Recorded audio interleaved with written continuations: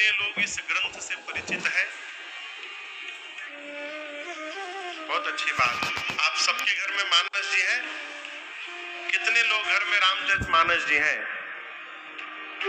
बहुत अच्छी बात। हाथ नीचे करिए। कितने लोग नित्य पढ़ते हैं? अब क्या हुआ हो? देखिए एक बात समझिएगा, आप में से हो सकता है कोई डॉक्टर भी हो। डॉक्टर यदि दवा प्रिस्क्राइब कर दे और यदि दवा आप लाकर घर में फ्रिज के ऊपर रख दें तो आपकी व्याधि जाने वाली नहीं है। कब तक? जब तक उस दवा को आप पान नहीं करेंगे। उसी प्रकार श्री रामचरितमानस जी घर में ला के रखने से कुछ होने वाला नहीं है। कब तक? जब तक उनको पढ़ करके कान से पान न किया जाए तब तक उसका प्रभाव जीवन पर पड़ने वाला नहीं है। पूज्यपाद गोस्वामी तुलसीदास जी महाराज यहीं से कथा प्रारंभ करते हैं। किस कथा को सुनने से होगा क्या? बाबा कहते हैं, विमल कथा कर कीन्हा अरंभा, विमल कथा कर कीन्हा अरंभा, काम मद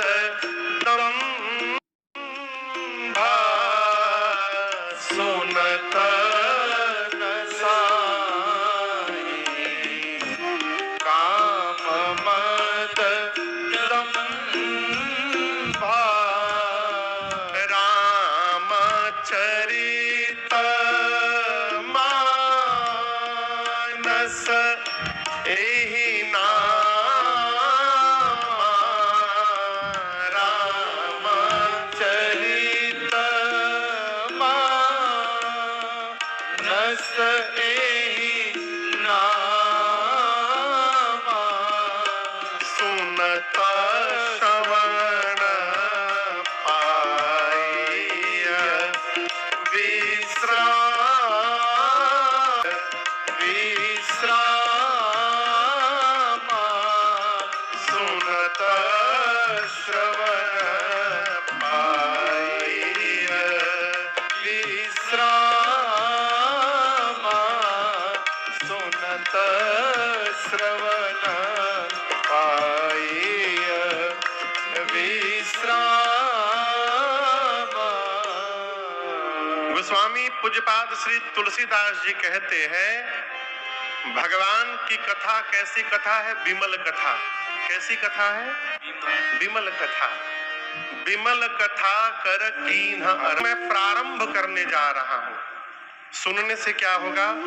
सुनत न साहि, काम मद दंभा।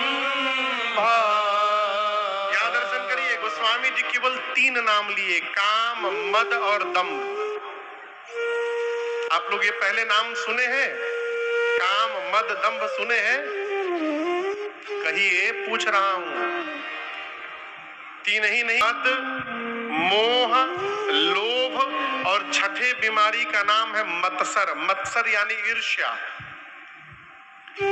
पूज्यपाद गोस्वामी तुलसीदास जी कहते हैं, मानस जी को सुनने मात्र से, पढ़ना तो बहुत दूर की बात, यदि कोई सुनने का भी स्वभाव जागृत कर ले तो सुनने मात्र से उसके जितने विकार हैं जीवन के, ये सब धीरे धीरे समाप्त हो जाएंगे। अनुपात अलग अलग है? गोस्वामी जी कहते कुछ न करिए, केवल ध्यान से यदि भगवान की कथा को श्रवण करने का स्वभाव बन जाए तो सुनने मात्र से ये विकार धीरे धीरे जीवन में समाप्त होने लगेंगे। सुनत न साहि, काम मद दंभा। बाबा कहते हैं इस ग्रंथ का नाम है श्री रामचरितमानस। क्या नाम है? श्री रामचरितमानस। भगवान के चरित्र के ऊपर कई ग्रंथ बने। कितने ग्रंथ बने कई। गोस्वामी जी कहते हैं रामायण कितने हैं धरती पर आप जानते हैं? 100 करोड़ से ऊपर। कितने रामायण हैं? 100 करोड़ से। चरितम रघुनाथस्य शतको अभी और आप दर्शन करिए, प्रायः सभी ग्रंथों के नाम रामायण है। श्रीमद् वाल्मीकि रामायण, आनंद रामायण, अध्यात्म रामायण, कंब रामायण। गोस्वामी तुलसीदास जी कहते हैं मैं इनका नाम रामायण नहीं लिखूंगा। क्या लिखूंगा? रामचरित मानस एहि नामा। इनका नाम क्या है? रामचरित मानस। होगा क्या महाराज? सुनत श्रवण पाई विश्राम।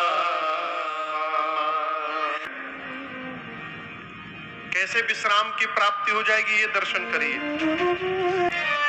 किस भाषा में लिखा गया है?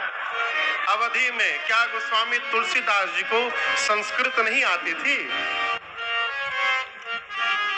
जिस समय आज से ठीक 450 साल पहले इस ग्रंथ की रचना हुई है, ठीक 450 साल पहले, उस समय जितने ग्रंथ थे सब देव भाषा में थे, संस्कृत में।